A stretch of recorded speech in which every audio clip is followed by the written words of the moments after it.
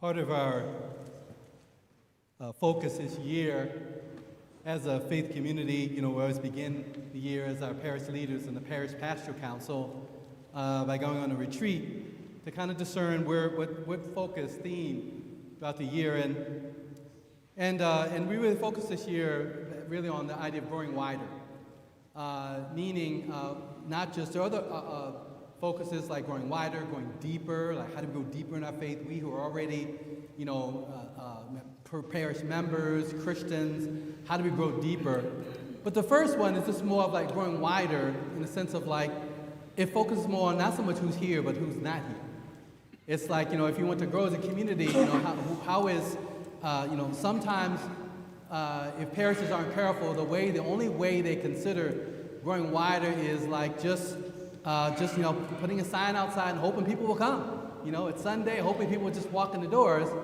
But if you think about it, the very beginning, the Great Commission, after Jesus rose and ascended and he came to his disciples and he gave them a commission, and it was go out, go to every nation on earth, make disciples, baptize them, teach them what I commanded you, and know I'm with you the whole way. So from the very beginning, it was outward focus. It wasn't like, okay, go and send memos around telling people you're here and that you have something to tell them, and hopefully they'll come to you to hear what you have to say. It was always this idea of go out, go after it, go to folks who aren't here. And so in that spirit, as we've just discerning different things of ways to take what oftentimes is a kind of a default focus on who's here, which we don't neglect or forget about, but where we who are here begin to focus on who's not here. How do we go beyond the doors of the church to invite people? And so that's so the focus in this particular weekend, we've announced a couple of times that we particularly were encouraging you to invite young adults, folks who are that in your family, maybe you work with, whatever, just as we really just continue to celebrate and just give a specific invitation. Young adults, you're invited in a special way to St. Augustine this weekend, and after all the Mass, we have just a little reception at our school cafeteria. But I was thinking, it reminded me, several years ago, I was asked to do a day of reflection for our ushers, or really their proper title is Ministers of Hospitality. And as I thought about what can I share, what should we focus on, what the Lord might be leading me to encourage our ushers, our ministers of hospitality to focus on. And of course it was, hospitality, meaning what's hospitality? If you think about hospitality, we see first in the first reading today, we hear that, the prophet Elisha, the younger protege of Elijah, was welcomed into a woman's home. And apparently it wasn't unusual for him to pass by that way. And what Elisha the prophet knew is that, hey, whenever you're in town, you're welcome here. There's a room for you here. And some food and accommodations, hospitality, welcoming, in this case, the prophet. She said there's a room for you, and she offered him food, she offered him shelter. But one of the things I realized, oftentimes that's kind of the limit of what we think of with hospitality. Welcome to our parish, give you a handshake, and give you a bulletin, anything else you need, any directions, show you where the bathrooms are, and sure, come and get something, we have a reception after. But first of all, when it comes to ministry, the house we're welcoming you into is not my house. We call it the house of God, the house of the Lord. And so it's a matter of really being a minister of hospitality is really about desiring to be one who will witness to the hospitality of God. Not just my hospitality. It's actually hopefully that I can show hospitality in such a way that you will get a little taste of the welcome of God for you. And in that sense, hospitality is not simply about welcoming someone into your house or even God's house. It's about welcoming someone into your heart. Because technically, you might be able to provide any given time some, temporary shelter to someone, a bite to eat, something to drink, that I can actually do those things without ever welcoming you into my heart. We can show what it looks like, charity, give a handout without ever welcoming you into my heart. As a matter of fact, sometimes it's almost like, here you go, now please be on your way. I don't have a lot of time. When Jesus told the story of the Good Samaritan, what stands out in that story, there was a person who was, laying out on the road, who was injured and hurting, and, one religious person, a priest, came by, saw the person, and kept going. And then another religious person came by, saw the person, and kept going. And of course, the Samaritan came along, saw the person, and it says was moved. His heart was moved by what he saw. And then he went and helped. But it wasn't just like, hey, here are a few things, it's kind of all I got, I wish you well, and left. No. What stands out, besides the fact that he responded, his heart was moved, but just how he demonstrated the hospitality, he helped him up, took him to a place of shelter, paid the person, a hotel, paid the person, and said, this is what I have right now, but if there's anything else that you have to pay for this person to be accommodated here, on my way back, I will stop and pay the difference. We see this person was willing to be greatly inconvenienced, to really take time. It wasn't just, here's something for you, but I'm here for you. Very different. I'm here for you. It's not insignificant or by accident that again, was the last thing Jesus said to the apostles when he sent them to go to all nations. Make disciples, baptize, teach what I commanded you, and do not forget, I will be with you always. I'm here for you. And that's God's message to everyone. And we must be his witnesses. God's here for you. God is not indifferent. God has not forgotten. You are not beyond redemption. You are not a hopeless case. God is God, and God can do what you cannot do. And God is here, and God is here for you. God cares. And that is our call and our challenge. How do I witness to that? We can all think of many ways throughout our life that we haven't done a very good job witnessing to that. Where maybe, again, that we didn't make ourselves available. We weren't willing to be inconvenienced. We weren't willing to, again, to sacrifice something. We couldn't sacrifice the time. We were too busy. So the hospitality of God, and the scripture, first of all, how do we experience that hospitality? None of us can give what we haven't first received. If you think about it, the whole Christian life, we begin Mass after, a song of praise. We very quickly go into the penitential rite. And we say, Lord, have mercy on me. We began even with the prayer of the Confiteor, I confess to Almighty God, and also to you, my brothers and sisters. I've greatly sinned in my thoughts and my words and what I've done, what I've failed to do, through my fault, my most grievous fault. You know what's radically different in just those words? You're making no excuses. I'm acknowledging that I've fallen short, and I am making not one excuse for it. I confess. I have sinned. Not even just what I've done, not even just my thoughts, but what I've actually done. It was my fault. I'm not blaming anybody. Matter of fact, I'm asking for your prayers. I ask the Blessed Mary of a Virgin and all the angels and saints, please intercede on my behalf. And you, my brothers and sisters, please pray for me. I need your prayer. To the Lord our God, that God may have mercy on me, forgive me my sins, and lead me to everlasting life. You see, I need Him. I can't get to heaven on my own. I can't live the Christian life on my own. I can't be holy on my own. I literally acknowledge that I am a sinner in need of His grace. And honestly, the only motivation that ultimately leads me to do that is another belief that God does care and that God can help and will. That God is, that as bad as my sin and selfishness and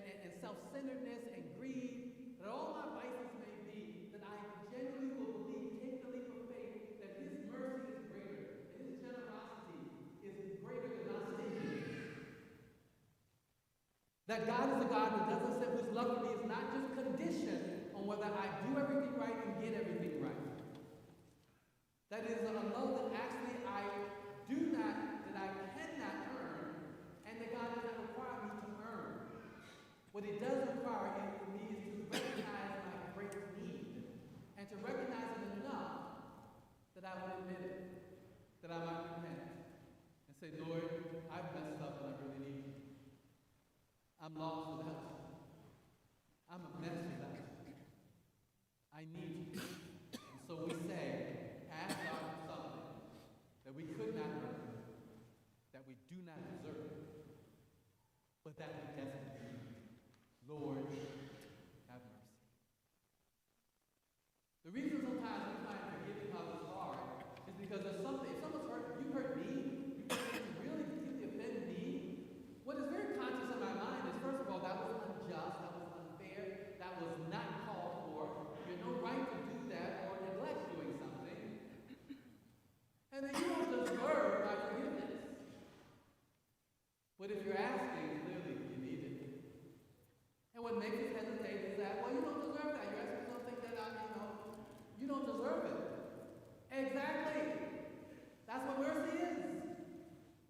It is a gift that you cannot earn.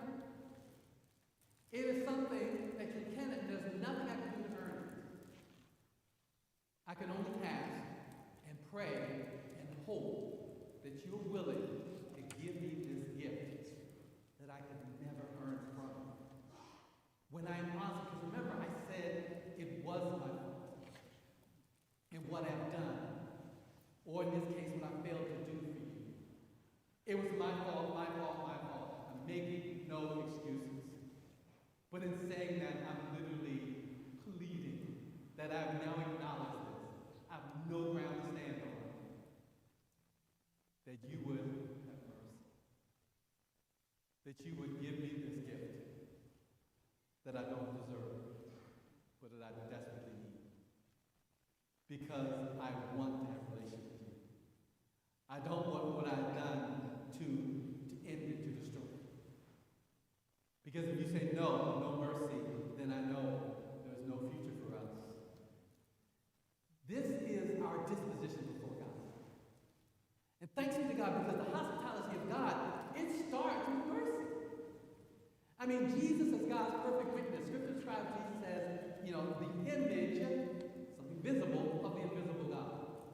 Jesus said, if you see me, you've seen the Father. So pay attention to Him. Look at, you want to know, what is God like? What is the Father like? Jesus says, look at me, watch me, and you will see. And one of the first things that stood out about Jesus, who just looked like another Jewish rabbi, a pretty good one, an outstanding one.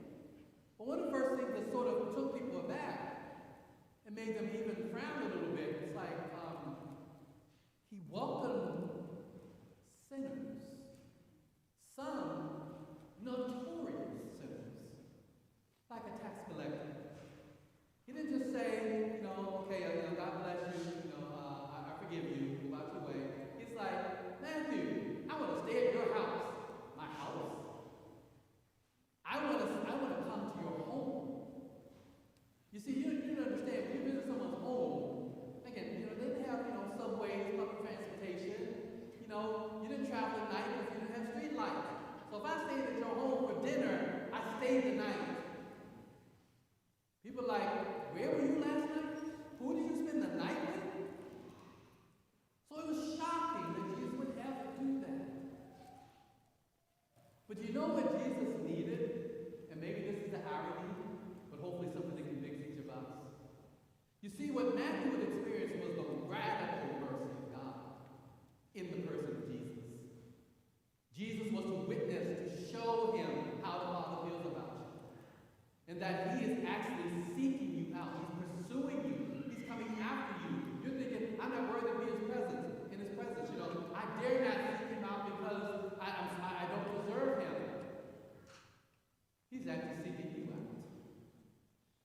And as He came to whether it was a Matthew the tax collector or Zacchaeus the tax collector, I want to stay at your house. First, they were shocked when He said this. He figured you just want to hang out with the religious people. He said, no, I don't hang with you. But what did He order for Zacchaeus, in order for Matthew to experience, these were two notorious sins that everyone despised. Not for no reason. You know, tax collectors, one was like, you're in collusion with the enemy, the occupying force that's oppressing us. You're working with them and getting paid. And cheating us at the same time. You are outrageous. You are beyond mercy. And then Jesus shows up and shows them mercy. He was teaching about what God is like. And in the end, Matthew became an apostle. And Zacchaeus, who experienced the profound salvation of Christ. You look at that story in Luke's Gospel, Luke 10, Zacchaeus. That his life was changed. But Jesus needed something from them. He came as witnessing the hospitality, the generosity, the mercy of God. But in order to go to Matthew's house, to Zacchaeus' house, he needed their hospitality. He needed them to welcome him. To say yes. You know, in the book of Revelation, there's a powerful image of Jesus that says, I stand at the door and knock and wait to be invited in. He just knocks and he knocks. And if nobody invites him in, he stays outside knocking. He needs an invitation.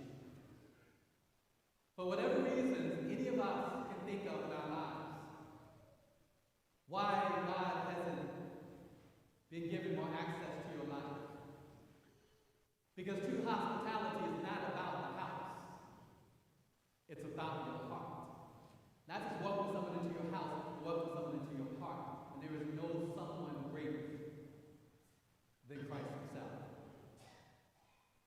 Because there's no one like him that can change your life, that can heal your wounds, that can forgive your sins, who can deliver you from what ails you, from your vices, from your worst impulses, who can deliver you, who can save you, who can even transform you and empower you to be a source of healing and deliverance and mercy for others. There is no one like him. There's no one more important that I welcome into my heart, which is the point of today's gospel. Anyone who loves mother, father, sister, brother, son, daughter more than me is not worthy of me. You're not ready yet. You're not worthy to be a disciple. You won't be able to do it because you're missing the key qualification. You got to put me first. You got to let me in because nobody can do what I can do in your life.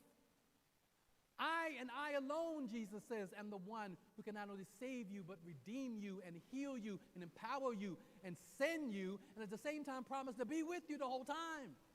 Because all of those things you absolutely need to be a disciple, to carry out the mission that he's given us.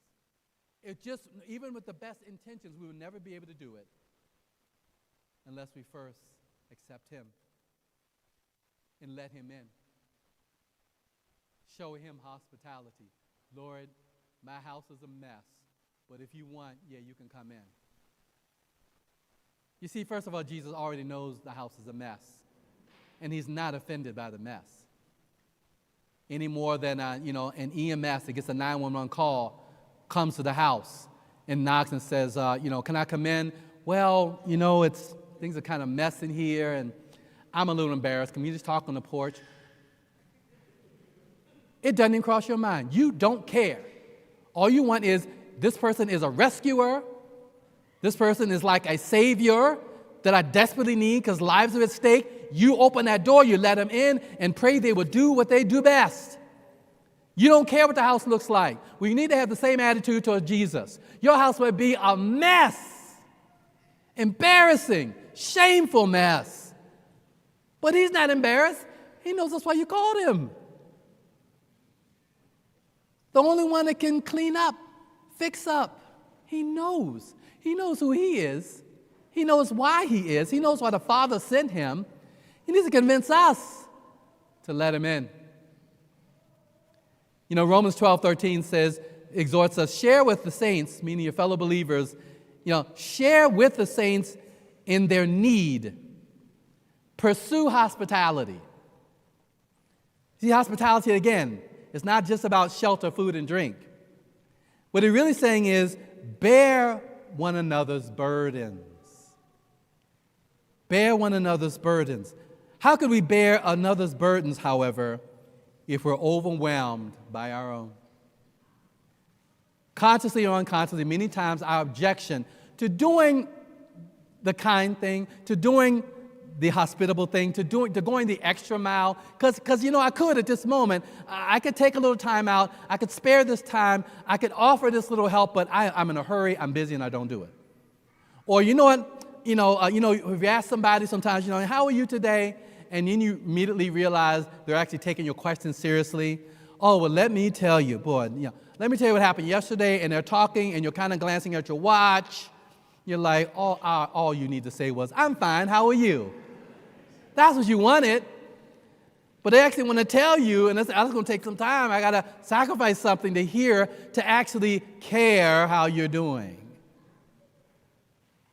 To show compassion, which I won't be able to show unless I know what's hurting, what's wrong. We come, and so, again, bearing someone else's burden. That takes more time. But that's exactly what Jesus does for us. In Matthew 11, 28 to 30, we read this. Jesus said to his disciples, "Come to me, all you who are weary and heavy laden," or some translation, or burden, "and I will give you rest. Take my yoke upon you and learn from me, for I am meek and humble of heart. For my yoke is easy, my burden light." I will confess to you that the first times reading those scriptures, what often made me cringe the most was that last line, because it didn't make sense to me. On the one hand, Jesus says, "Come to me. I see your burden. I see you're overwhelmed. I see you're heavy laden. Come to me." Okay. "And I will give you another burden. I will give you my yoke." Wait a minute. I'm already overwhelmed. Well, again, I skipped the line. He says, "Come to me, I will give you rest." But then he says, "I will then give you my yoke." And what I didn't understand, he says, because, my yoke is easy, my burden is light. And I must admit, as I can think of any adjectives I've ever used or heard others use about describing the Christian life, that I've never heard anyone describe the Christian life. In a word, how would you describe the Christian life? Well, easy. I've never heard anyone say that. I never said that. So what does he mean? How is his yoke easy? You see, he's actually inviting us to make an exchange. Compared to the yoke you're carrying, the one I have, it's easy compared to what you have. You see, only when I'm willing to hand over my yoke, my will, my plan, my frustrations, my need to be in control, my fears, my selfishness, all my vices, my bitterness, my resentments, my excuses, my unreasonable expectation of others, my sins, my guilt, my shame, unless I'm willing to hand those over to Jesus to make that exchange, my yoke for his yoke, I will never be ready to be the missionary disciple he's called me to be. I'll never be ready to be the true minister of God's hospitality to others. His compassion, willingness to suffer with others, his generosity, his sacrifice, willingness to sacrifice, his willingness to forgive. To forgive means accept the consequences of somebody else's sin that I'm not responsible for. I will never be able to be that and do that if I don't hand over my yoke to him. If you want to know what your yoke looks like, there's no better visual than a crucifix. Look at a crucifix closely. Meditate on it.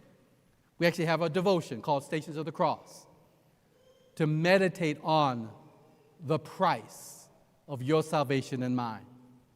The human cost, physically, mentally, emotionally.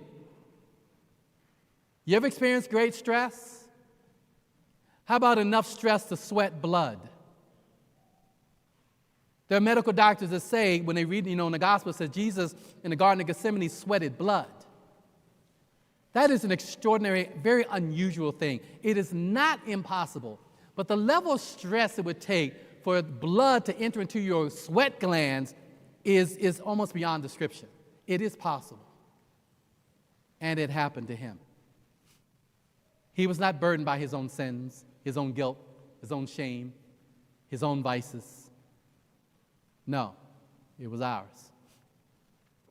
You see, he came to make that exchange, to deliver us from our burden of sin and to exchange it with the burden he gives us.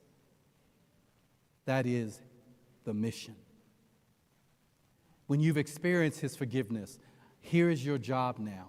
Here is my yoke. I came to tell the world that there is forgiveness for you. I need you to go do that.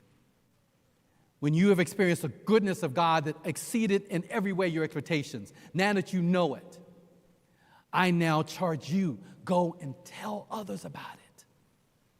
Now that you experience the hope, and at time when you had given up, when you were in despair, that there was hope for you, there is redemption for you. Now my burden for you, my yoke is, now go tell others who have lost hope.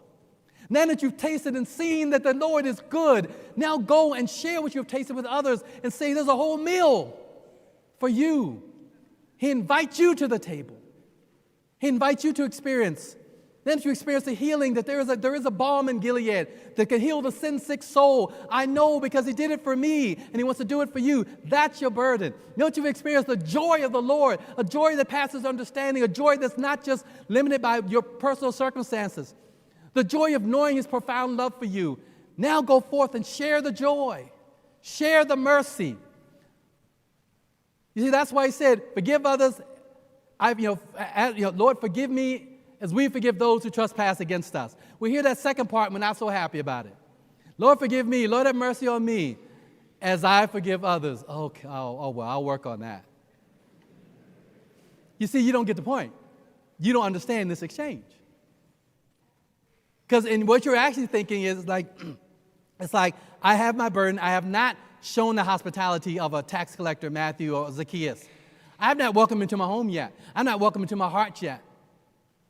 And so reality is I'm carrying the same burden, and I want to he's telling me to take on his. So I try. I'm going to get involved in the ministry. I'm getting involved in my parish. I'm going to take on these other obligations. I got to take care of my family and my spouse. I got to take care of, the house and the lawn and everything else and all the things of my job. And man, life is so hard. Life can be overwhelming. Sometimes, you've said to yourself, and you've even said to God, God, this is just too much. Ever said that? Think about that moment, in that moment. When you're not even specific, you're just saying, it's too much. That's real, church. You know that. He sees us. He knows the burden is too much. He agrees. Too much for you. Too much for us. He wants to take it on.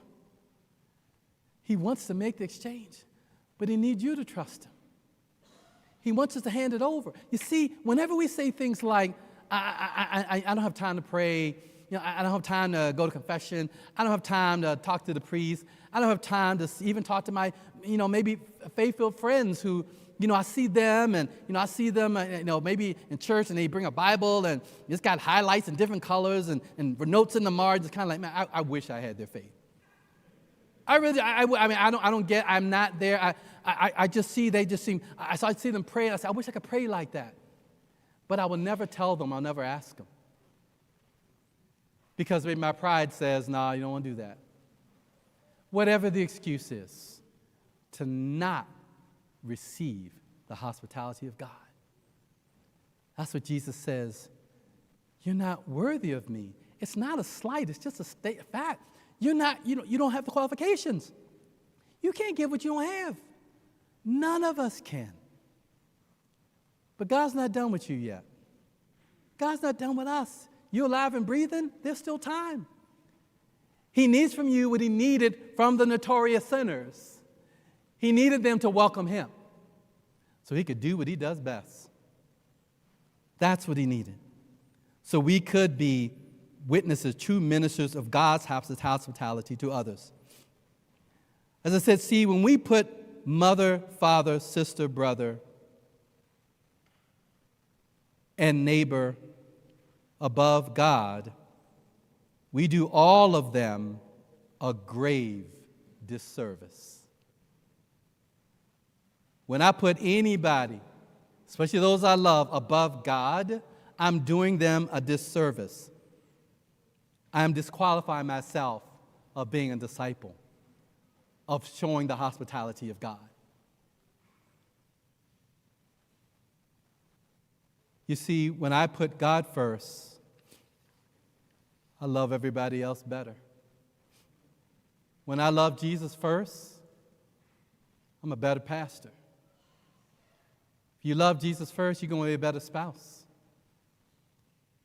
If you love Jesus first, you're going to be a better father, a better mother, a better sister, a better brother. You're going to be a better neighbor, a better co-worker. You're going to do all those things better. And sometimes it's obvious, because some people you know in your life are not easy to love. We call them difficult people. You know that some people call you that too. But anyway, but you should know that. But it's difficult sometimes. And sometimes not even difficult people. They're just difficult circumstances. It's just, my child that suddenly has a severe illness and it's going to the medical bills, or that aging parent. It's like, no, I love them, but it is so hard. And then this person, again, it's difficult and, I just have to forgive them. I need patience. You're saying it out loud. Sometimes I feel like I don't have what it takes to love them. I can't love them well. And you know what? If I'm putting them first, they're not just my first beloved, they're also my first burden. I need somebody who can do that, who finds it not difficult to forgive. I need his mercy so I can share it with those who are difficult. I need God's patience. Love is patient. I need his patience so I can keep up and not quit and persevere in taking care of you. I need that. So when I put him first, I love everybody else better. A song that come to mind, it's a contemporary gospel song. The words where I lift my hands in total adoration unto you. You reign on the throne, for you are God and God alone. Because of you, my cloudy days are gone. I can sing to you this song. I just want to say that I love you more than anything. Love me in your arms. You are my shelter from the storm. When all my friends were gone, you were right there all along. I never knew a love like this before. I just want to say I love you more than anything. I love you, Jesus. I worship and adore you. I just want to tell you, I love you more than anything. I love you, Jesus. I worship and adore you. Just want to tell you, I love you more than anything. Jesus once asked Peter, do you love me, Peter, more than these? You see, many times we can say, I love him. I love Jesus. Yeah, that's not the question. Do you love him more than anything, than anyone? Choose to love Jesus more than anything or anyone else so that you can love others better than you have ever loved them before.